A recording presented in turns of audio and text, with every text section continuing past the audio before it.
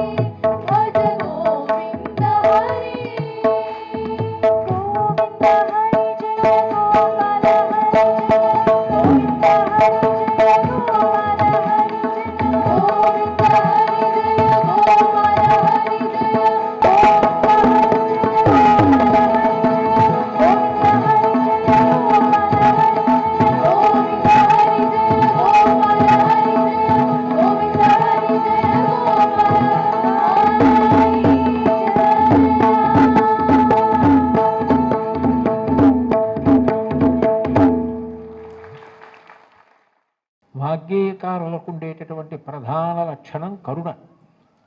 ఆ దయతో లోకానికి హితోపదేశం చేస్తున్నారు. నేను హితోపదేశం చేస్తున్నాను అన్న అతిశయం కాకుండా చాలదా అంటే మనని ఉద్దేశించి తనని తాను ఉద్దేశించుకుని అంటున్నట్టుగా ఇంకింతకన్నా ఏం కావాలి? హరినామ సౌఖ్యామృతము. అన్నిటికన్నా తేలిక మార్గం ఏమిటంటే భగవంతుని యొక్క నామాన్ని పలకడం. నామము ఏం చేస్తుంది అంటే నామిని తీసుకొస్తుంది. ఇప్పుడు నేను ఇక్కడ కూర్చుని అకస్మాత్తుగా మాట్లాడుతూ శోభారాజు గారు అన్నాను అనుకోండి, ఆవిడ నా వంక తిరుగుతారు. ఎందుకని? నామము నామిని ప్రతిస్పందించేటట్టు చేస్తుంది. భగవంతుని నామము ఒకటే ఉండాలి కదా. ఇప్పుడు నాకు కోటేశ్వరరావు అని ఒక పేరు, అంతేకాని నాకు సహస్రనామాలు ఉండవు కదా. మరి ఈశ్వరుడికి ఎందుకు అన్ని నామాలు? అంటే నామములు బాలసారి చేసి పెట్టిన పేర్లు కావు, నామములు గౌణములు. నిర్గుణుడైన భగవంతుడు ఒక్కొక్క గుణాన్ని ఆవిష్కరించినప్పుడు ఒక్కొక్క నామము కింద మారుతుంది. ఉదాహరణకి స్థాణుహు అన్నాను అనుకోండి. స్థాణుహు అంటే సాధారణంగా మనం ఏమంటాం, కదలకుండా ఎవరైనా నించున్నారనుకోండి, నువ్వేమైనా స్థాణువా కదలవి అంటావు. భగవంతుడికి స్థాణువు అని పేరు ఎందుకు వచ్చిందంటే ఇంకా ఆయన అంతటా వ్యాప్తి చెంది ఉన్నాడు, ఇక ఆయన కదలడానికి చోటేది. అందుకని స్థాణుహు. ఒక్కొక్క గుణము వలన ఒక్కొక్క నామం వస్తుంది. మీరు ఏదో ఒక్క నామాన్ని ప్రీతితో పట్టుకున్నారనుకోండి, ఆ నామం పలకడం అలవాటు అయిపోయింది అనుకోండి, కష్టం రానివ్వండి సుఖం రానివ్వండి ఏమవనివ్వండి, ఆ నామం పలకడం అలవాటైతే కలియుగంలో దానికి ఒక సౌలభ్యం ఉంది. కలియుగంలో అన్నిటికన్నా తేలిక ఏమిటంటే భగవన్నామం పలకడం.